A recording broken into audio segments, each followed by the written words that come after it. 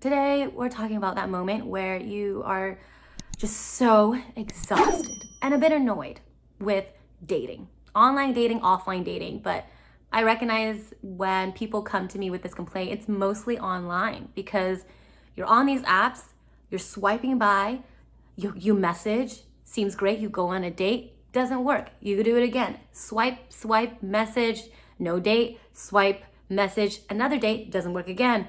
And it's just this continuous, almost exhausting cycle where you either don't become interested in them, or when you're interested in them, she just disappears. Or you thought she was interested and then all of a sudden she's not, and so she's not ready to date. And then you just wonder, how long do I have to keep up with this insanity? It could be months, it could be years, but then you just get so exhausted and you wonder, is this even worth it all? Like, does online dating even work? Does any of this even work? And that's when the spiral of confusion and questions start. So let me give you a little bit of pep talk. Hopefully it is. The first thing is, make sure when you start to spiral with those kind of questions and wondering if any of this works, just remember, okay, let's think about the truth here. The truth here is there are people in relationships. There are people meeting others from online dating and getting into relationships through online dating. So do not start to spiral on if anything works, because the reality is people are in love out there, people are in relationships, and if you have friends in relationships, you know they started somewhere. Most of my friends are in relationships through online dating, including I, so you can't necessarily say, does it work? Better question is, how do I make it work for me? Right? So then that's where the second step comes in. So first is managing the questions that you're asking yourself, when in reality, you're asking it because it's a reaction of the feelings that you're having, but it doesn't necessarily mean it's the absolute truth. Remember that these things work. It's just about making it work for yourself. And that goes into number 2. If you feel that you're so exhausted and frustrated, I ask you, have you sought guidance? Or are you just listening to free stuff online and blogs and YouTube?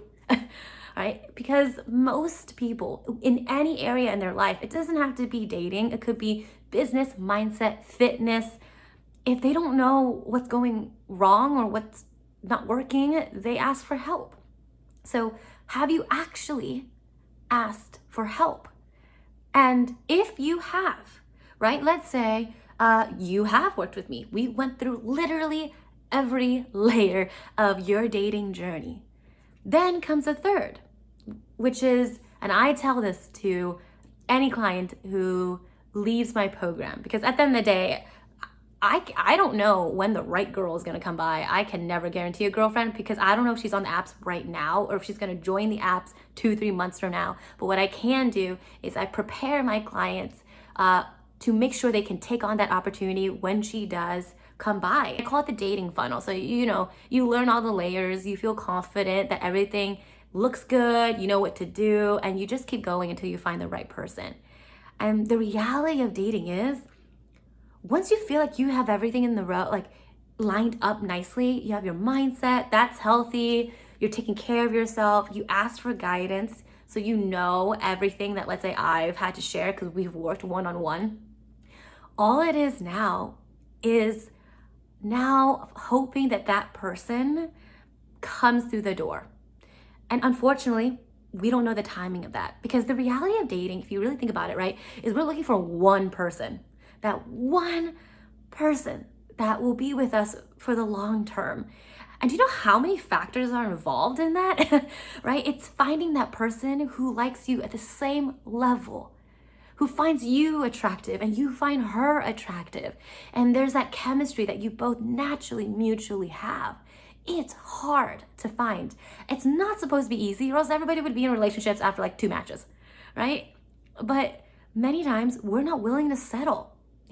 When my clients complain why they can't get a girlfriend or why they can't get dates, but in reality, they are saying no and rejecting on women too. So when you get mad that women are rejecting you, because I don't know the reason, but because they're not, I mean, you're not their type, well, you know that there are girls you're saying no to as well. And those girls over there are wondering, why can't these guys like me? So the reality of this dating journey is recognizing that you are allowed to be selective. We all are. I hope you don't settle. I don't want anybody to settle. I think love is such a strong force and such an important part of your life. Take the time. But as long as you know and you feel confident in all the layers that dating has, it really is just remembering your why. Why are you doing this? Why do you want love?